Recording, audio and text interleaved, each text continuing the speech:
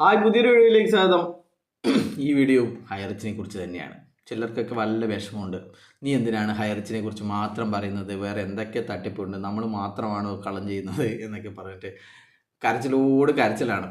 അവർക്കൊക്കെ കുറച്ച് കരഞ്ഞു കഴിഞ്ഞാലും സമാധാനം കിട്ടുമെന്നാണ് ഈ കരയുന്നതിനെ കുറിച്ച് ആൾക്കാർ പറയുക.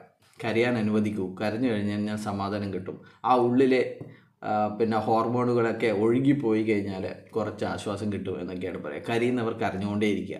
അപ്പോൾ നമുക്ക് വീഡിയോകൾ, പുതിയ പുതിയ കാര്യങ്ങളെക്കുറിച്ചുള്ള വീഡിയോകൾ ചെയ്തുകൊണ്ടേയിരിക്കുക.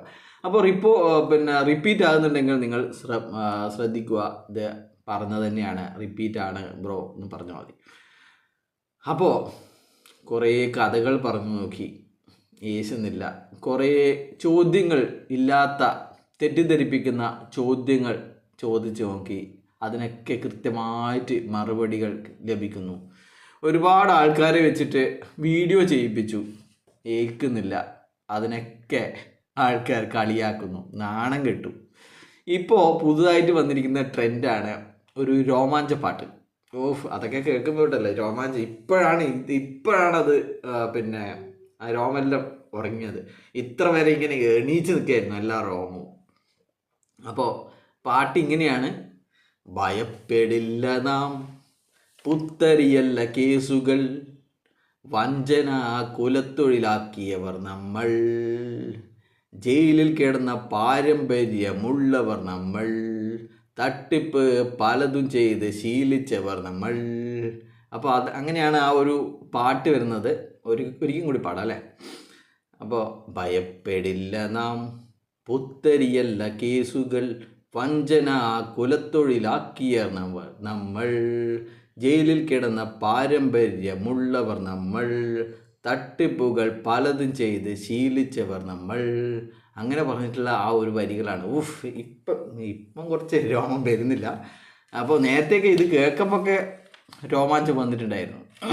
അപ്പോൾ പറഞ്ഞു വരുന്നത്, ഫണ്ടിങ് നിലച്ചതോടുകൂടി 5ൻ്റെ പൈസ എല്ലാവർക്കും ബുദ്ധി വന്ന് എങ്ങനെയാണ് കേസിടുക, ആർക്കെതിരെയാണ് കേസിടുക.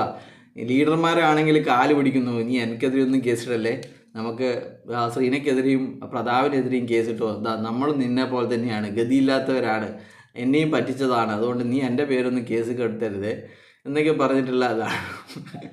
എന്നിട്ട് ശ്രീനേനെയും പ്രതാപിനെതിരെ മാത്രമേ കേസ് കൊടുക്കരുത്, എനിക്കെതിരെ കേസ് കൊടുക്കരുത് എന്നൊക്കെ പറഞ്ഞിട്ട് നല്ല കരച്ചിലാണ് വാട്സപ്പ് ഗ്രൂപ്പുകളിലൊക്കെ കാണാൻ പറ്റുന്നത്. അപ്പോൾ ഫണ്ടിങ് നിലച്ചതോടുകൂടി HRC കോയിൽ ട്രാൻസാക്ഷൻ വട്ടപൂജയായിരിക്കുകയാണ് എന്നുള്ളതാണ് അറിയാൻ കഴിഞ്ഞത്. അപ്പോൾ കഴിഞ്ഞ 24 മണിക്കൂറിൽ ഒരു ട്രാൻസാക്ഷനും ഈ ഒരു ഇവരുടെ ഏക എക്സ്ചേഞ്ചായ കോയിൻ സ്റ്റോറിൽ നടന്നിട്ടില്ല എന്നതാണ്. ഇതിൻ്റെ സ്ക്രീൻഷോട്ട് നിങ്ങൾക്കായി സമർപ്പിക്കുന്നു. 24 മണിക്കൂറിൽ ഒരു HRC കോയിൻ വാങ്ങുകയോ വിൽക്കുകയോ ചെയ്തിട്ടില്ല എന്നതാണ്.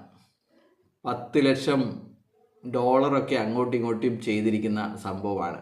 അപ്പോൾ ഇവർക്കറിയാം ഇവരുടെ ഫണ്ട് നിലച്ചു, ഇനി ഒന്നും അങ്ങോട്ടും കടത്താനില്ല, വിദേശത്തേക്ക് കടത്താനില്ല എന്നുള്ള കാര്യങ്ങൾ ബോധ്യമായിരിക്കുകയാണ്. അതുകൊണ്ടാണ് ആരും തന്നെ HRC കോയിനിൽ വഴി വിദേശത്തേക്ക് കള്ളക്കടത്ത് നടത്താത്തത്.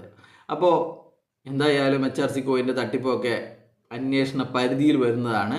അതുകൊണ്ട് HRC കോയിൻ ഉണ്ട്, ഡൂക്ലി OTT ഉണ്ട്, അതുപോലെ തന്നെ പൊടി പിടിച്ച ഷോപ്പുകളുണ്ട്, പിന്നെന്താ ഉള്ളത്, ഇത്രയേ ഉള്ളൂ അല്ലേ?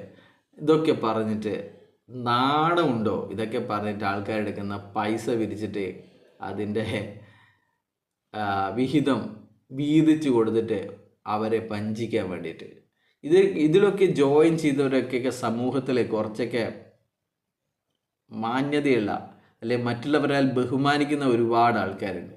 അവരെയാണ് ഇവർ ഇതിൽ കരുവാക്കിയത്. അവരാണ് ഇനി ജീവിതകാലം മുഴുവൻ ഹൈറിച്ച് തട്ടിപ്പിൻ്റെ ആളാണ് ഇദ്ദേഹം എന്ന ലേബലിൽ അറിയപ്പെടാൻ പോകുന്നത്. ഇവരൊക്കെ മരിച്ചു കഴിഞ്ഞാലും പണ്ട് ഹൈറിച്ച് തട്ടിപ്പ് നടത്തിയ ആൾ മരിച്ചുപോയി എന്നാണ് ആൾക്കാർ ചിലപ്പോൾ പറയുക. അപ്പോൾ ചെയ്യാൻ പറ്റുന്നത് ഇത്രയേ ഉള്ളൂ. നിങ്ങൾ വഞ്ചിച്ചവർക്ക് നിങ്ങൾ തന്നെ പൈസ തിരിച്ചു കൊടുക്കുക. നിങ്ങൾക്ക് അതിൻ്റെ വിഹിതം അപ്പോൾ തന്നെ കിട്ടിയതാണ്. 10,000 ഒരുത്തൻ്റെ അടുക്കുന്ന വാങ്ങുമ്പോൾ 1000 രൂപ നിങ്ങൾ കൈപ്പറ്റിയതാണ്. അതുകൊണ്ട് ബാക്കി വരുന്ന 9,000 കൂടി കൊടുത്ത് സെറ്റിൽ ചെയ്യുക, മാന്യത കാണിക്കുക എന്ന് മാത്രമാണ് പറയാനുള്ളത്. ബൈ.